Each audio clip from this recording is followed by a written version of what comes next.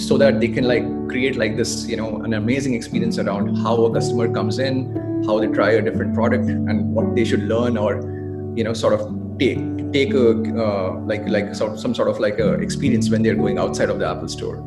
So all of that is really, really well thought of from end to end, and really thought of from a customer's perspective.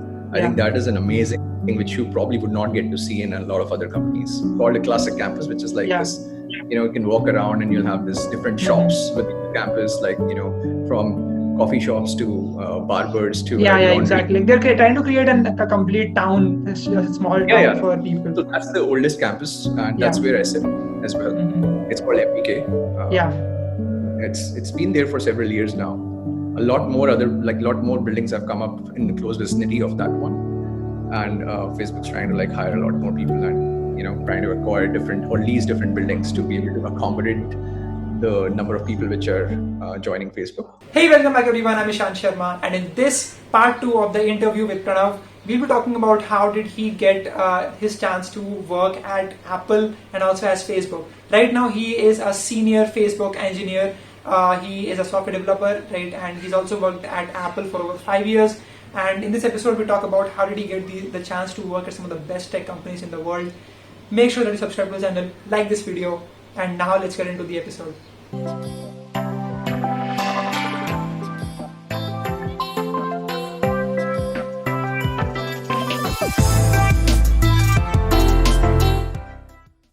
All right, so my first question about software development to you is like, what is your experience working for US companies like Apple and Facebook, and versus working for Indian tech companies like Citrix you worked for?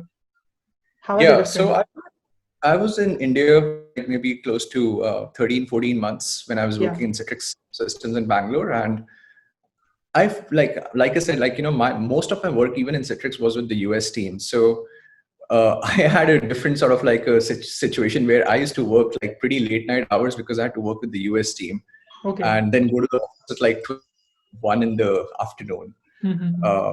But even though I used to be like, working with my colleagues back in India too, I think the work culture is a bit different in terms of like, people here are I feel very particular about like, the time when they come in and when they have to leave the office. Like in India?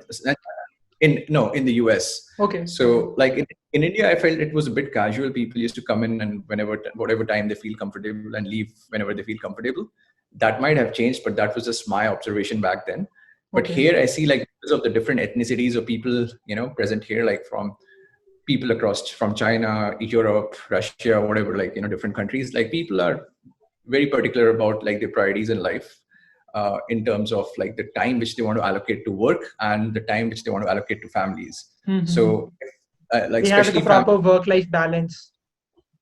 I mean, I would not particularly say work-life balance, but I would say like, let's say people who are married and maybe have kids and they want to spend more time with family, then they would be very like particular about going back from the office, let's say at 5 o'clock in the evening, as against, let's say, bachelors like myself. I used to stay at work maybe until even 7. So it really matters. It really varies from person to person. But I have seen like, people who are like married and have kids, they were like more particular about this work-life balance and spending limited amount of time in the office as against maybe working from home. I think that probably applies to the Indian offices too. I don't think there should be a big difference in that. But given that it's like, the difference, the diversity in the cultures which you would experience in the US offices. So you have to be respectful about what their cultures are and learn that and try to adapt. And they would do the same thing. So I feel like that sort of diversity sometimes helps you learn and grow as an individual. And as against maybe when you're like in an Indian office where you see all the Indian people, then, people are like aware of each other and they know like, it's sometimes it becomes a bit casual. So I feel that was definitely the difference which I observed. Yeah, I think that especially right now due to the remote internships that I did, it was like the difference between I'm working and I'm not working was kind of blurred, because like I was working, but then like I used to work even past the time that they gave me to work. So I think that's something that happened because of the COVID situation. So yeah. Yeah, and I think as an individual who does not have, let's say, a lot of family responsibilities, or maybe like have kids, you can dedicate the time towards the work. I used to do that too. I mean, there have been times where I worked like 14, 15 hours a day as well. But I still feel like, there's no as such difference in the talent. I think Indian people are the smartest in the world. Yeah. And everyone here in the Silicon Valley has a similar opinion about the Indian people. Mm-hmm. So there's no doubt about that. It's just that, like, when you are in India, people just like sometimes take things a bit casually in terms of, doing things at their own pace and comfort zones. Mm-hmm. Yeah. Right. Okay. And another question that I had was, how did you get the opportunity to, interview at Apple? And what would be your tips for people that want job opportunities, like anywhere? What would that be? Yeah, I think, so when I graduated from Carnegie Mellon, I actually had offers from a couple of other companies like Amazon and LinkedIn, but I didn't decide to join any of that. But I instead went to a startup, which is called Rancher Lab. Rancher, yeah. And the reason I decided to go there was that it was a brand new company, and I was employee number 3 there, and we were 4 people, and I had this really, sort of like this passion for entrepreneurship to build something from scratch. Yeah. So I thought like maybe this technology which this startup is focused upon is working towards something which is going to be the future for setting the industry standards for the container management kind of thing, which was, I mean, it was related to Docker, so which in 2014 was gaining a lot of traction. So I thought like I'll go there, and I worked there for almost 4 months or so. But then, I mean, due to visa issues and something like those complexities, I had to shift to a bigger company. So I used to live in Cupertino back then, and which is where Apple is. Which is the home to Apple. Yes, and which is where also my startup was as well. Okay. So it just happened by coincidence that somebody from Apple reached out at the same time, and luckily I got an offer right away, and just decided to like switch gears and join a bigger company. And yeah, so that's how Apple kind of happened for me in 2015. And what has your experience been like for Apple? So at Apple, I spent almost 5 years, like since Jan 2015 to Jan 2020, and I got a chance to work across multiple organizations there. And I got the job offer. I was part of the iCloud infrastructure group there. So I was working pretty much on the backend infrastructure for Siri and iMessage and a bunch of secret management related services for Apple's in-house infrastructure.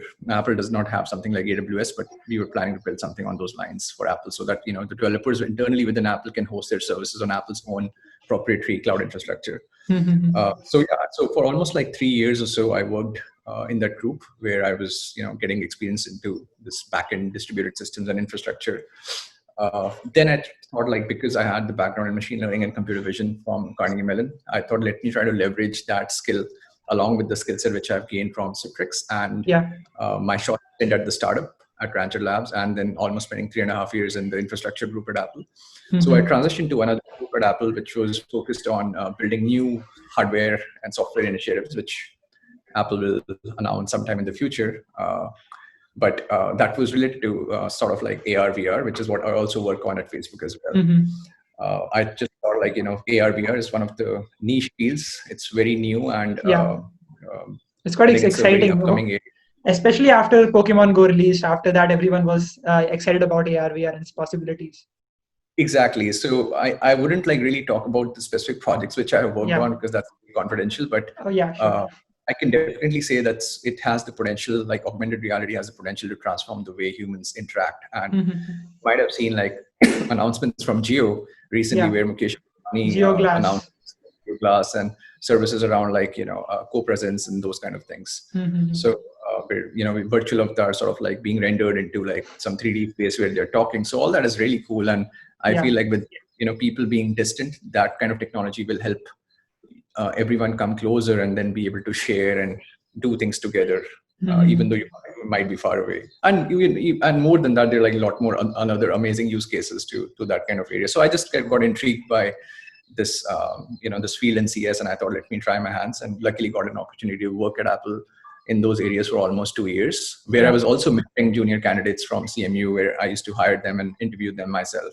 Yeah. What do you look for in an individual when you're interviewing him or her?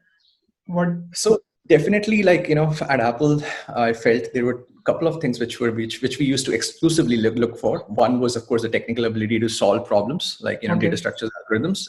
If a candidate is pretty new and does not have like that much work experience, then some of the basic skill set around being able to write fluent code, clean code, and then being able to art and explain it to people really, really well. I think one of the key things which I personally believe in is that you should be able to explain a concept in the most simplest terms. And if somebody can do that really well, then that means that you understand it really, really well enough as well. Okay. But yeah, I feel like I think the harder part in engineering is to make things simple. Like anyone can make things complex, make things simple. Given that when you have so many unknowns, I think that's the hardest part. So anyone who comes and be able to like look at these n number of unknowns and then be able to like give a clear thought process on this is what we should be doing and this is how we should be navigating through this problem set. I think that is one of the key skill sets which any Apple engineer is sort of like entitled to have. And I think that's one thing which plays an upper hand for any candidate who gets a job offer from Apple, apart from the technical abilities. Okay. So once a person gets a job at any of these tech companies, what are the factors that help him or her to, get further into the career development stage? Are they only related to code, or are they more into, showing leadership, or like what exactly is that? Right.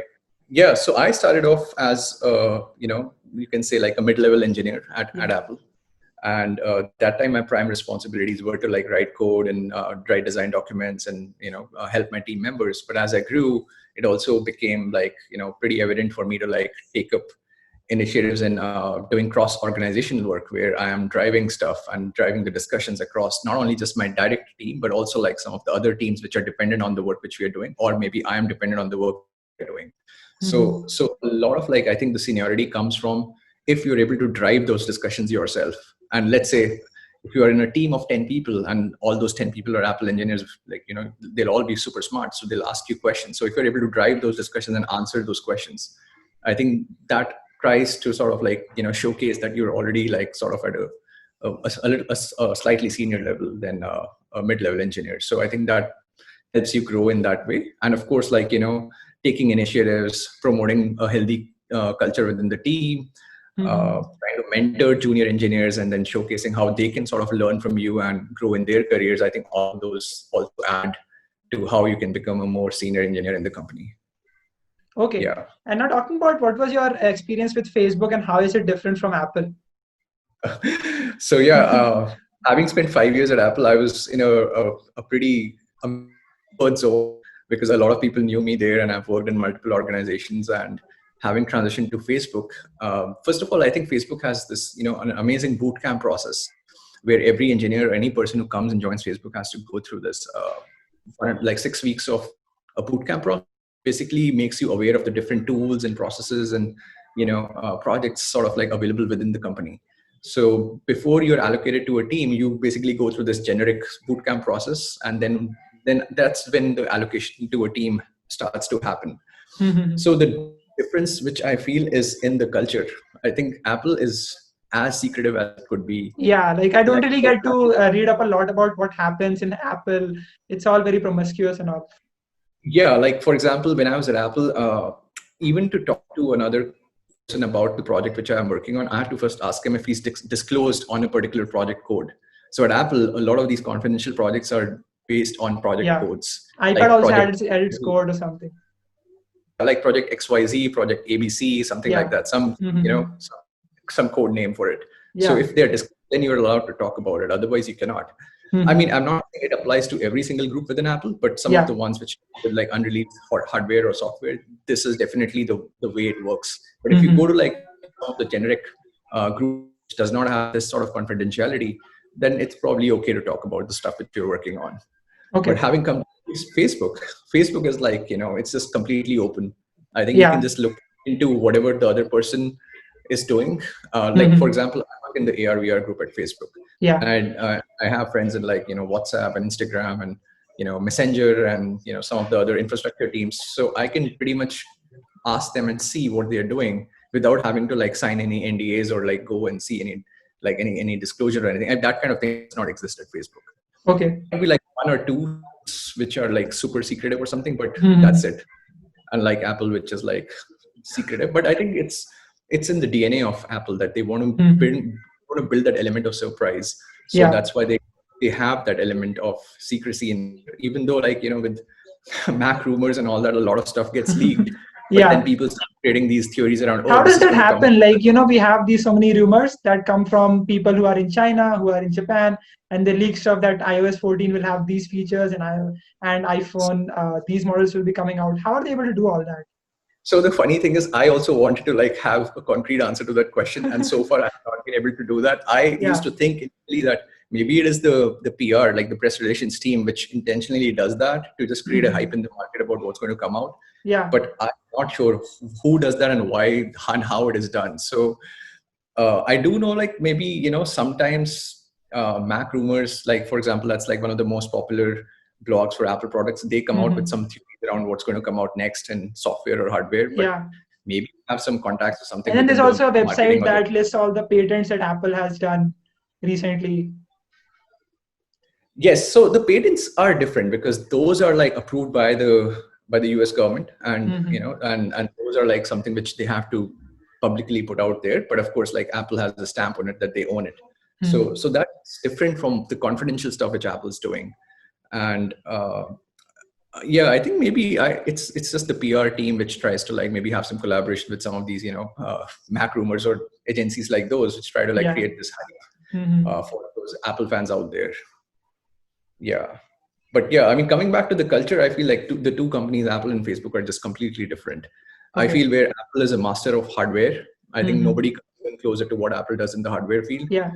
Facebook on the other side is a master in software and infrastructure. I think they just like are the leaders there. And talking about like machine learning, I think Facebook is definitely much more advanced. That's like my personal opinion, but I feel Apple's like catching up with their new incentives in the AI ML org, which is currently led by John G, who came from Google to lead the AI ML org efforts at Apple. So I feel like with the kind of like budget Apple has and the cash which Apple generates, they'll be able to do some amazing research and some R&D work, and maybe acquire some startups and technology stacks to be able to catch up on that different areas which they are lacking compared to the other companies like Google or Facebook. Yeah, I think it's amazing what Apple has done, because back in 2011, that was when I got my first iPad. Like my father, like out of nowhere, he just came in and like 12 o'clock in the midnight, and he just took a iPad out of his bag and he just showed it to me. I was like, what is this? So like that was the first Apple product that I had. And then like even right now I have the iPad 7th generation. So yeah, man, I think Apple has done an amazing job with the branding and with the with the whole value that we have for it, like the hype it creates for every single event. I think it's just amazing.